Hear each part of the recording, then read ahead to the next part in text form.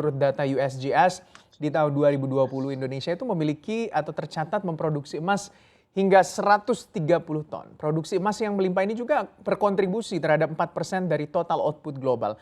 Anda melihat bagaimana catatan dari Badan Geologi? Baik, terima kasih. Ya, jadi sebenarnya ini yang data-data ini yang mencatat ini di Direktorat Jenderal Minerba ya. Nah, kami dapat data dari sana itu terkait dengan produksi emas tahun 2020 ini berbeda nih daripada yang sudah disampaikan oleh USGS ya. Jadi sejauh ini 2020 itu hanya 53.400 ton kelihatannya yang diproduksi oleh Indonesia. Jadi ada sedikit perbedaan ini angka di situ. Oke, tapi kalau Anda Ya. melihat tentunya, kalau datanya, seberapa besar sih sebenarnya cadangan emas Indonesia dan juga seberapa besar potensi yang belum terdata juga? Baik, ini menarik ya. Jadi kami di Badan Geologi, ini Badan Geologi khusus untuk menginventarisasi ini data-data terkait dengan mineral, batu bara, dan panas bumi juga ya. Jadi sumber daya geologi ini kami catat dan kami terbitkan sebetulnya dalam satu bentuk buku neraca sumber daya gitu ya. Jadi berdasarkan ini dan sifatnya dinamis ya, artinya setiap tahun bertambah terus ya dengan bertambahnya luas area eksplorasi area untuk disurvei ya atau dieksplorasi itu juga data-data semakin bertambah gitu ya. Nah, untuk tahun 2020 ini menurut catatan kami yang dikeluarkan dalam peta dalam buku neraca sumber daya mineral ini adalah untuk cadangan emas ini, biji emas itu sekitar 36 miliar ton. Kemudian untuk cadangan terkira biji emas ini ada sekitar 2,577 miliar ton, dan cadangan terbukti untuk biji emas sekitar 1,1 miliar ton, dan cadangan emas logam emasnya adalah sekitar 2.200 ribu ton gitu ya.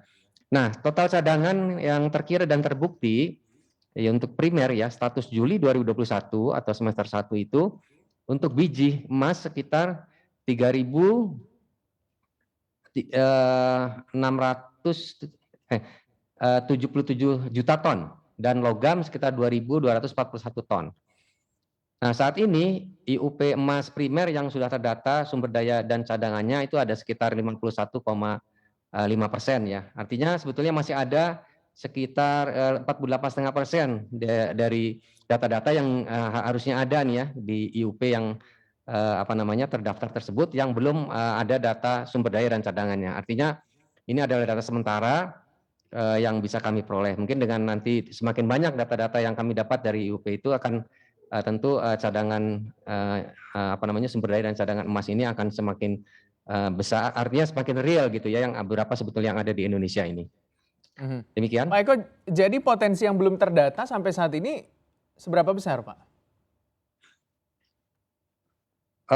Ya ini cukup dari catatan tadi sebetulnya kan data yang kami peroleh itu dari data-data dari IUP untuk emas primer itu baru 51,5 ya, maksudnya ada 48,5 lagi IUP yang belum terdata, yang belum memberikan data terkait dengan sumber daya dan cadangannya. Nah, data neraca sumber daya mineral logam 2020 ya, ini ada cadangan logam emas itu sebanyak 2.200 ribu ton gitu ya. Nah, ini untuk status saat ini yang berhasil kami data begitu. Oke, Pak Eko, sebenarnya kalau berbicara soal IUP yang tadi Pak Eko juga sempat singgung, kalau dari Kementerian SDM sendiri sudah seberapa banyak mengeluarkan izin usaha pertambangan khususnya untuk pertambangan emas sendiri, Pak?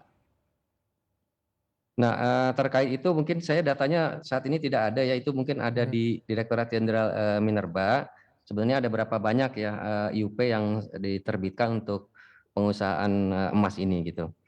Namun sejauh ini kami bekerja sama dengan Direktorat Jenderal Minerba ini untuk pemutakhiran data-data khususnya untuk data sumber daya dan cadangan. Nah, ini penting untuk kita tahu sebetulnya pemerintah berapa sebetulnya sumber daya yang kita miliki dan cadangan yang ada saat ini gitu.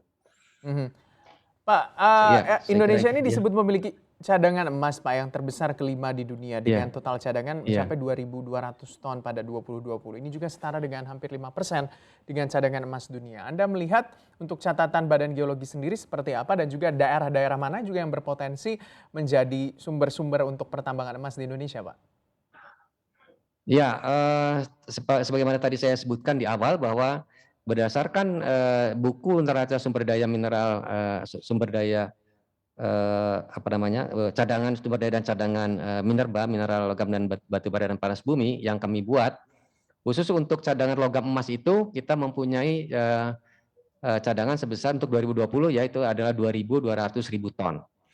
Nah, apa yang kami lakukan adalah melakukan sebetulnya, beberapa kajian, survei-survei, eksplorasi, ya terkait dengan sumber daya emas ini secara sistematik ya, dalam jangka, menengah, maupun jangka panjang. Nah ini sangat penting ya untuk mengungkapkan potensi sumber daya emas yang ada di negara kita ini.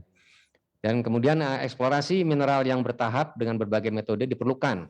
Ini kami apply ya untuk mendapatkan gambaran dari distribusi vertikal dan horizontal dari kondisi bawah permukaan.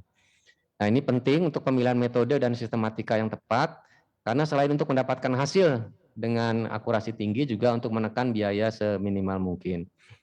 Nah, kalau tadi ditanya daerah mana saja ya yang, apa namanya, potensi untuk ditemukannya emas ini ya, kita lihat di sini dari 1.500 kilometer jalur dan zona mineralisasi.